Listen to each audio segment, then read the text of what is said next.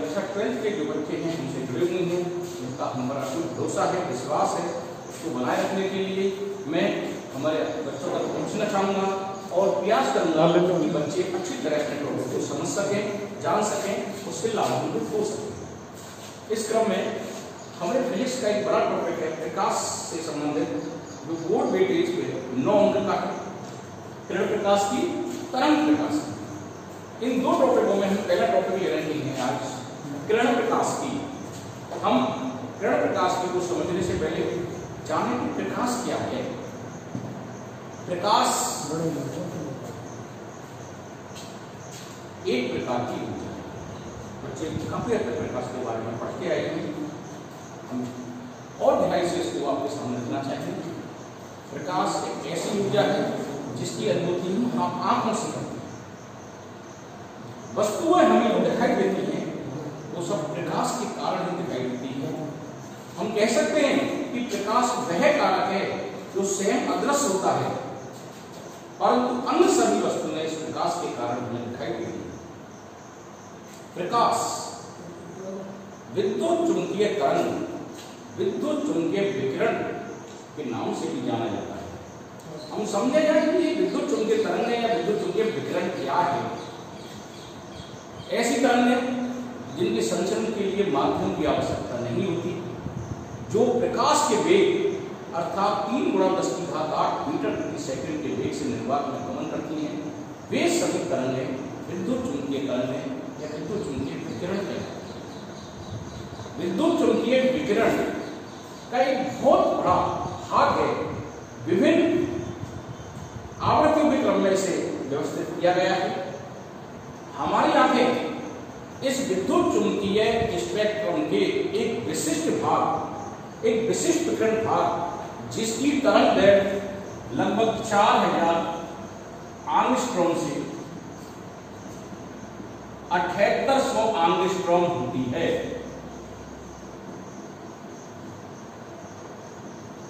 दोबारा जानना चाहिए कि प्रकाश क्या है। प्रकाश विद्युत चुंबकीय तरंग है। इस विद्युत चुंबकीय तरंग बहुत सी विद्युत चुंबकीय तरंगें हैं। पहली विद्युत चुंबकीय तरंग जिसकी आवृत्ति सबसे ज्यादा होती है, जिन्हें हम गामा किरणें कहते हैं। उसके बाद हम सीधे ऑर्डर में आए घटती हुई किरणें आवृत्ति के साथ। गामा किरणों के बाद आती है हमारे पास एक्सरेज। एक्सरेज के बाद हम बात करते हैं अल्ट्रावायलेट किरणों की, और अल्ट्रावायलेट रीजन के बाद ये हमारा विजिबल लाइट रीजन आता है, जिसे हम विब्योर के नाम से जानते हैं। ये विब्योर रीजन की तरंगदैर्घ्य वेवलेंथ है जिसको आंखें संसूचित कर सकती हैं। तो प्रकाश विद्युत चुंबकीय तरंगें हैं। प्रकाश किरणों की जो तरंगदैर्घ्य है वो 4000 एंगस्ट्रॉम से 7800 एंगस्ट्रॉम होती है। प्रकाश 7 रंगों से मिलकर बना माना जाता है। प्रकाश का जो रीजन है वो विब्योर के नाम से कहा जाता है। वी पहला कलर, इससे जो फ्रीक्वेंसी का बढ़ता हुआ क्रम है उसको हम अल्ट्रावायलेट रीजन कहते हैं।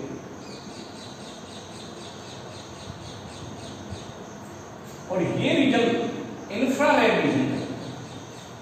तरंगदैर्घ्य वायलेट से रेड की ओर घटते हुए क्रम है।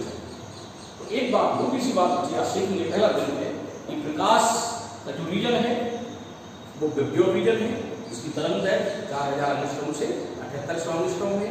प्रकाश के संचरण के लिए माध्यम की आवश्यकता नहीं होती। प्रकाश का अपना वेग 3 × 10⁸ मीटर प्रति सेकंड होता है। प्रकाश की तरंगदैर्घ्य और प्रकाश बहुत छोटी होने के कारण प्रकाश को सीधी रेखा में गमन करते हुए माना जाता है, और प्रकाश का यह पथ किरण कहलाता है। और किरणों का जो ये पूरा समूह है उसे हम प्रकाश पुंज के नाम से जानते।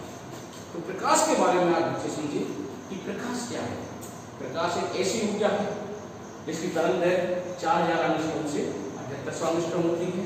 प्रकाश 7 रंगों से मिलकर बना हुआ माना जाता है। प्रकाश का जो अपना रीजन है वो अल्ट्रावायलेट के बाद वो इंफ्रारेड से पहले शुरू होता है।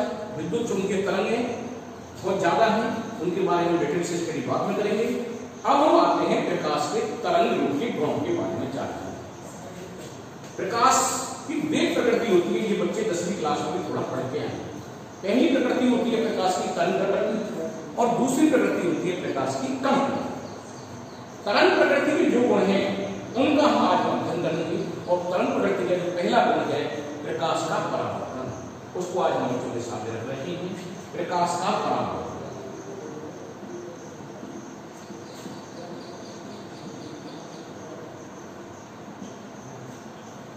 जब प्रकाश एक माध्यम से चलता है किसी दूसरे माध्यम में प्रवेश करना चाहता है, हम कह सकते हैं ये कोई माध्यम है।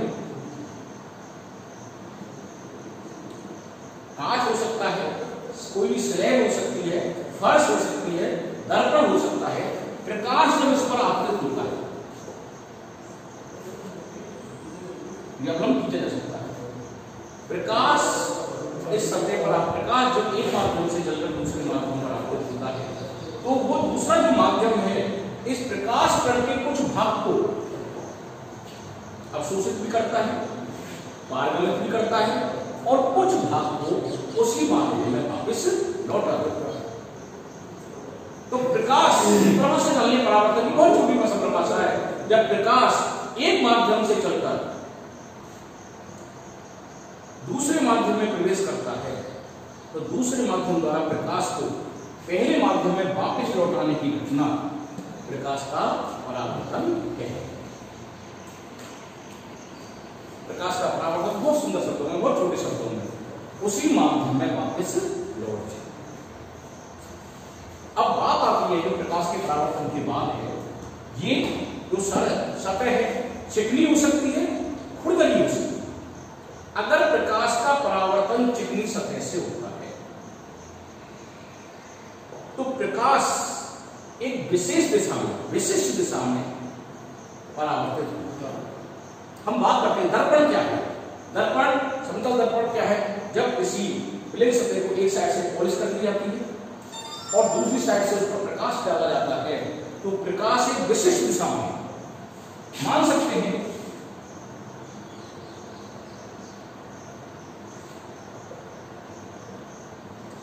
ये पर्टिकुलर दिशा होगी।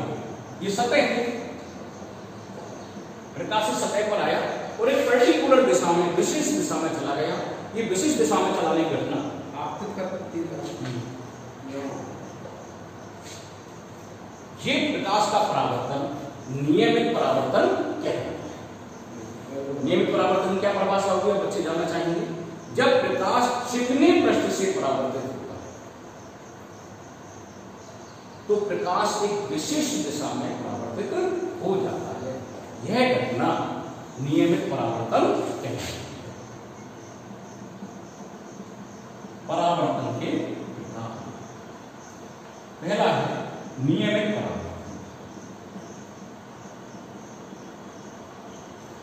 प्रकाश का एक विशिष्ट दिशा,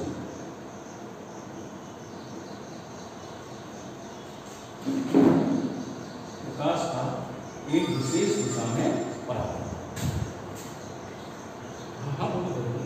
प्रकाश का एक विशेष दिशा में परावर्तन। अब बात करते हैं प्रभास, हम बार बार समझना चाह रहे हैं। एक विशेष दिशा में परावर्तन कब होता है? जब प्रकाश कहां से गुजरता है? चिकने पृष्ठ। पहली बात तो ये थी हमारे द्वारा, प्रकाश चिकने पृष्ठ से गुजर सकता है या खुरदरे पृष्ठ से गुजर सकता है। तो प्रकाश का जो परावर्तन हो रहा है एक विशेष दिशा में, वो किससे होना चाहिए? चिकने पृष्ठ से।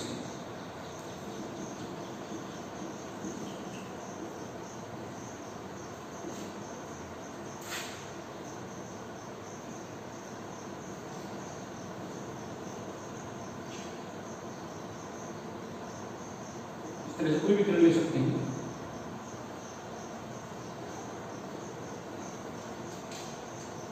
ये परावर्तन कौन सा है हमारा? नियमित परावर्तन।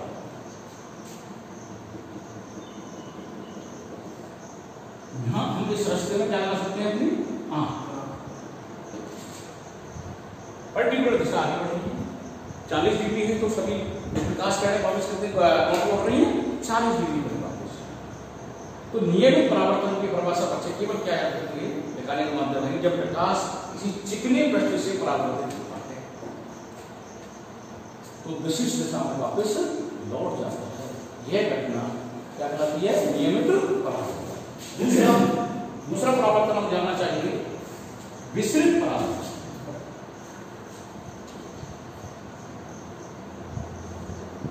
विसरित परावर्तन में जब प्रकाश किसी खुरदरे पृष्ठ या फर्श, दीवार है, फर्श है, हम देख रहे हैं जब प्रकाश इस खिड़की में से आया, समझे, प्रकाश इस खिड़की में से एंटर हुआ और इस दीवार में प्रकाश आ जाता है। अब इस प्रकाश को हम कहीं से भी देखें, चाहे उस कोने से देखें चाहे इस कोने से देखें, हमको प्रकाश की तीव्रता एक समान दिखेगी। प्रकाश को देखने पर उसकी तीव्रता में कोई भी परिवर्तन नहीं होगा। नियमित परावर्तन में क्या होता है? आंख को इस विशेष दिशा में रखेंगे तो वो तब चमकीला दिखाई देगा। अगर आंख को इस विशेष दिशा से हटा के अन्य दिशाओं में ले जाए तो ये तल चमकीला दिखाई नहीं देगा। जबकि विसरित परावर्तन में क्या होगा? अगर इस खिड़की से प्रकाश इस दीवार पर आ गया इस दीवार पर प्रकाश, हम देख रहे हैं चाहे देखने वाला इधर का बनता है चाहे देखने वाला इधर का बनता है, उसको प्रकाश की तीव्रता एक समान दिखाई देगी। क्यों? प्रकाश सभी दिशाओं में समान रूप से फैल जाता है। तो इसका हम चित्र बनाए, प्रयास करें। ये फर्श है हमारी, कैसे भी विसरित परावर्तन, प्रकाश आ रहा है, ये मान चलते हैं, इस दिशा में चला गया, दूसरी बार हमने लिया, प्रकाश आया, इस तरह से फैल जाता है। नहीं सही है, प्रश्न ऊपर ही बनेगा, इस तरह से ऊपर का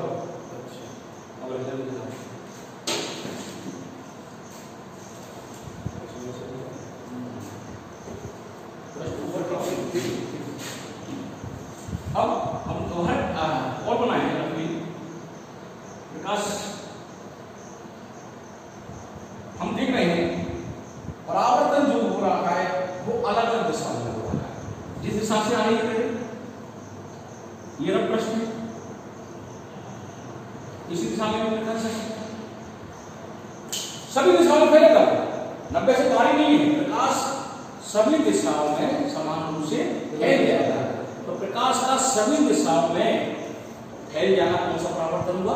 विसरित परावर्तन। क्या परिभाषा बनेगी? जब सूर्य का प्रकाश या अल्प स्वरूप से कोई जो प्रकाश मिलता है किसी खुरदरे पृष्ठ पर गिरता है, कौन से पृष्ठ पर? खुरदरे पृष्ठ पर गिरता है, तो सभी दिशाओं में फैल जाता है। खुरदरे पृष्ठ द्वारा प्रकाश का सभी दिशाओं में फैल जाना विसरित परावर्तन कहलाता है। हम आकाश का जो नीला रंग देखते हैं वो कौन सी घटना है? विसरित परावर्तन। अगर हम वायुमंडल से ऊपर चले जाएं तो हमको आकाश काला दिखाई, नीला क्यों दिखाई देता है प्रकाश? क्योंकि वायुमंडल के कण जो हैं, वायुमंडल के कण, धूल के कण, ये सभी कण प्रकाश का क्या करते हैं? परावर्तन करते हैं, विसरित परावर्तन करते हैं। और पहला जो रंग है IN, हम देख रहे हैं विबग्योर, वॉयलेट, इंडिगो,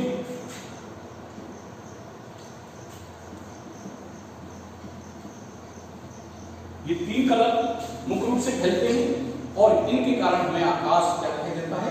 नीला दिखाई देता है। तो दो चीज हमने जानी, प्रकाश का परावर्तन क्या है, प्रकाश का उसी माध्यम में वापस लौट जाना परावर्तन है।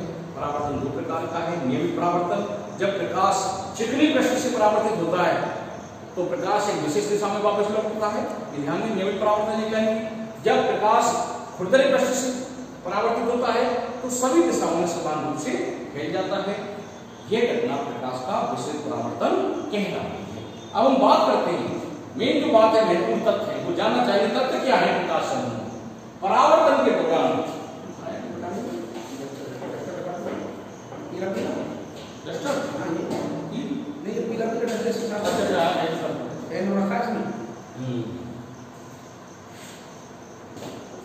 महत्वपूर्ण तथ्य, पहला तथ्य यह है परावर्तन के दौरान प्रकाश का वेग, आवृत्ति और तरंगदैर्घ्य नहीं बदलते, केवल प्रकाश की तीव्रता बदलती है। तीव्रता क्या बदलती है बताओ? तीव्रता प्रकाश के परावर्तन के दौरान वेग, आवृत्ति,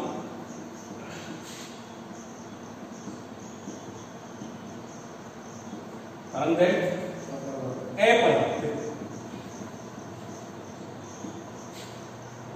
जबकि प्रकाश की तीव्रता तल की प्रकृति के अनुसार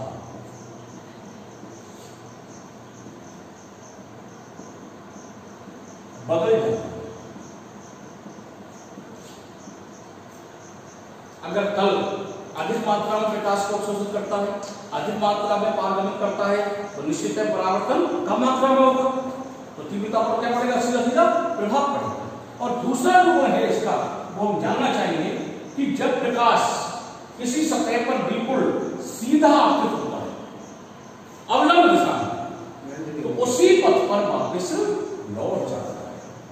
ये दो गुण है जो पथ निकल के आ रहे हैं। तीव्रता बदलती है परावर्तन के दौरान, अगर प्रकाश बिल्कुल अवलंब रूप में आपतित है तो उसी दिशा में वापस लौट जाता है। ये दो प्रकाश के संबंधित महत्वपूर्ण गुण हैं। अब हम आगे की बात करते हैं कि परावर्तन के नियम क्या है। जो ये परावर्तन हो रहा है उसके नियम क्या है, परावर्तन के नियम।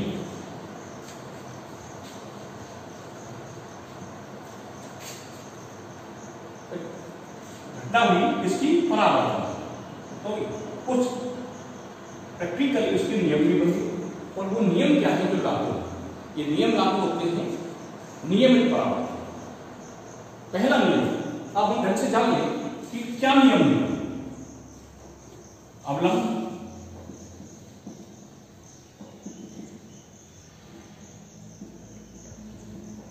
आपतित किरण,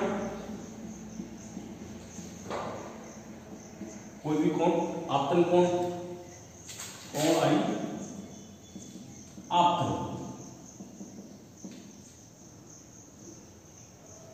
कोण आ, ये परावर्तित है।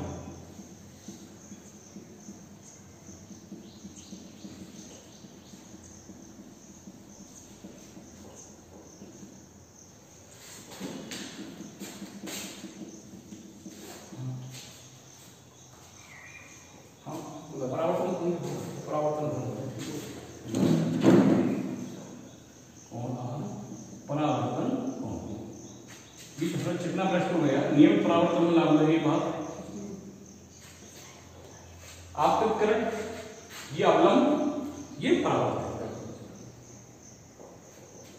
तो पहला परावर्तन का नियम बना इसमें कि कोण आई बराबर कोण आ।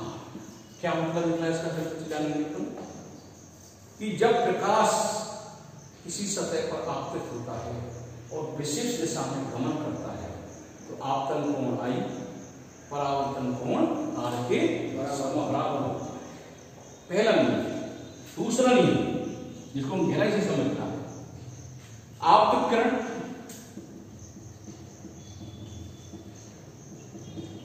परावर्तित किरण व अवलंब, तीनों एक ही तल में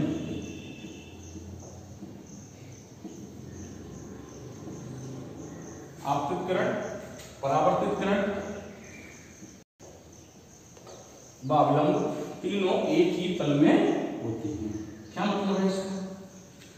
हम इसको गहराई से समझना चाहिए कि ये हमारे पास सतह है, प्रकाश इस सतह पर टकराया, यहां अवलंब ले सकते हैं, प्रकाश वापस इसी दिशा में लौटेगा। प्रकाश सीधा खड़ा नहीं जाएगा, अवलंब होते ही जाएगा। प्रकाश हम देख रहे हैं, प्रकाश इस तरह से नहीं जाएगा। वोल्ट तो बता हुआ है पूरा। ये प्रकाश आपतित किरण, परावर्तित किरण और अवलंब तीनों एक ही तल में होते हैं। एक ही तल का मतलब दो अक्ष है उसके पास, एक्स और वाई। जेड अक्ष पर वो नहीं आएगा, सीधी सी बात है। अगर अवलंब हमारा वाई अक्ष है, पृष्ठ एक्स है, इस एक्स अक्ष पर प्रकाश की किरण आ रही है, अवलंब वाई अक्ष पर है, तो वापस एक्स अक्ष पर ही हम देख सकते हैं उसी अक्ष पर वापस उड़ जाएगा लंबवत बिंदु। ये प्रकाश के दो नियम हैं। हमने जाना प्रकाश के बारे में कुछ, अब हम आगे चलते हैं। समतल दर्पण के बारे में आपको बताया गया था। दर्पण क्या है? जिसके एक सतह पर पॉलिश की जाती है, दूसरा पृष्ठ उसका क्या होता है? चमकीला होता है। तो समतल दर्पण से हम जानना चाहेंगे अगला आइटम, समतल दर्पण से प्रतिबिंब का निर्माण।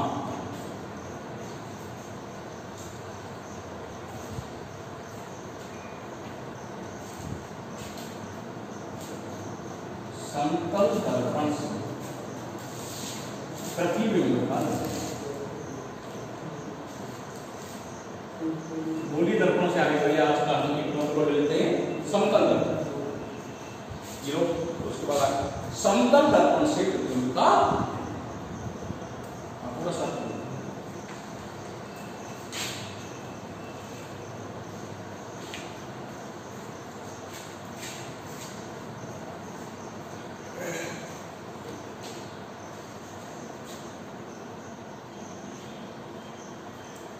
समतल दर्पण से प्रतिबिंब के निर्माण में हम पहली जानकारी हासिल करना चाहिए पार्श्व परिवर्तन।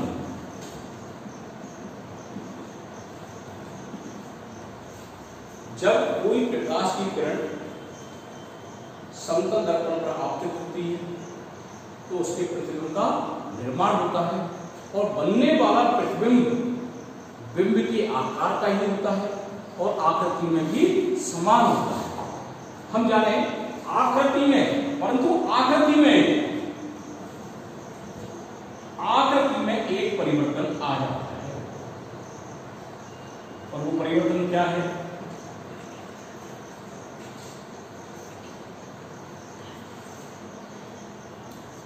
वो परिवर्तन क्या है? पार्श्व परिवर्तन, यानी कि जो दायां भाग है वो बायां और बायां भाग है वो दायां दिखाई देता है। तो दाएं और बाएं भाग का पारस्परिक जो परिवर्तन है, परिवर्तन इसको क्या बोला जाएगा? पार्श्व परिवर्तन। यानी समतल दर्पण से प्रतिबिंब के निर्माण के दौरान एक बात ध्यान दें, अवश्य कर लें कि बिंब के आकार में जो प्रतिबिंब का आकार है वो बिंब के आकार के समान ही होगा। प्रतिबिंब का आकार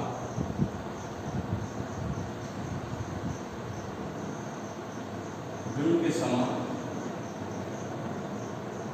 आकृति समान, यानी जो चीज छोटी है वो छोटी दिखाई देगी, उसमें बड़ी है तो उसमें बड़ी दिखाई देगी। जितना बड़ा मुंह उतना ही दिखाई देगा, नहीं मुंह ज्यादा बड़ा हो जाए, पेट छोटा हो जाए, ऐसा कुछ भी नहीं होगा। परंतु आकृति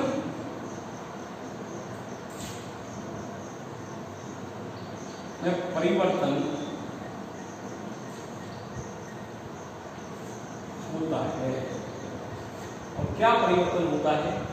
दायां पृष्ठ बाईं ओर और बायां पृष्ठ दाईं ओर करता है, इसे हम पार्श्व परिवर्तन कहते हैं। दूसरा, प्रतिबिंब की स्थिति।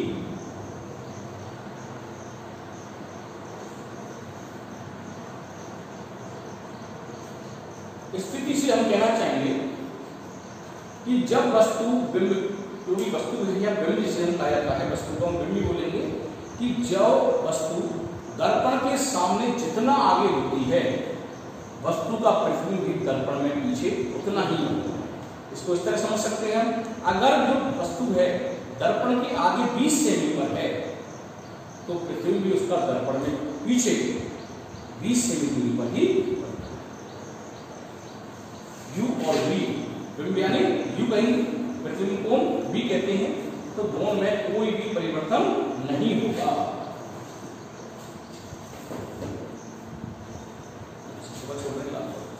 कम कर देंगे प्रतिबिंब की स्थिति। तो प्रतिबिंब की स्थिति में हम जाना समतल दर्पण से प्रतिबिंब उतनी ही दूरी पर दर्पण के पीछे बनता है जितनी दूरी पर दर्पण से बिंब स्थित होता है। तीसरा अंतिम गुण, तीन गुणों को ढूंढने का पार्श्व परिवर्तन, प्रतिबिंब की स्थिति, और तीसरा लेते हैं प्रतिबिंब की प्रकृति।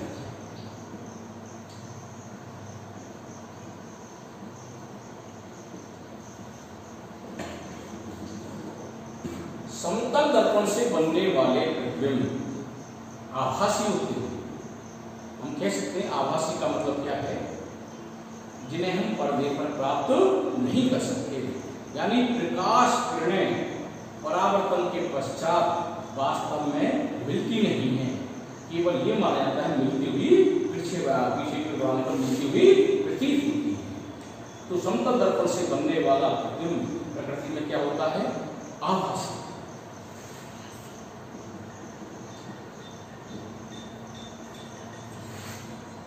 सीधा तो हो गई और आभासी। और समतल दर्पण वस्तु का क्या प्रतिबिंब बनाता है?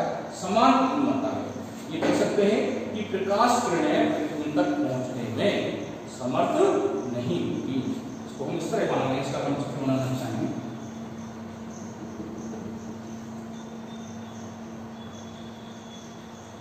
एक प्रकाश किरण आ रही है और यहीं से दूसरी प्रकाश किरण इस तरह जा रही है। इसको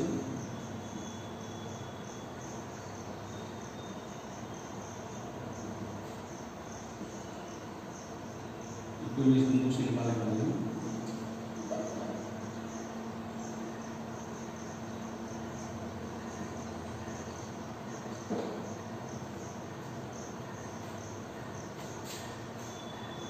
हम देख सकते हैं दर्पण में जो प्रतिबिंब पीछे की ओर बन रहा है,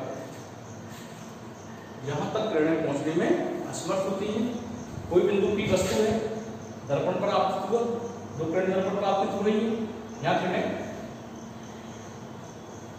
वापस लौट गई और पीछे की ओर बढ़ने पर मिलती हुई प्रतीत हो रही है, वास्तव में मिलती नहीं है। तो हम बहुत बड़ा घटना सत्यापन कर रहे हैं कि बिंब जितना आगे है वस्तु के, प्रतिबिंब दर्पण में उतना ही पीछे है। तो समतल दर्पण से प्रतिबिंब दर्पण की इन पोजिशनों को आज हमने सीखा। पार्श्व परिवर्तन होता है, प्रतिबिंब की स्थिति, बिंब व प्रतिबिंब की दूरी समान,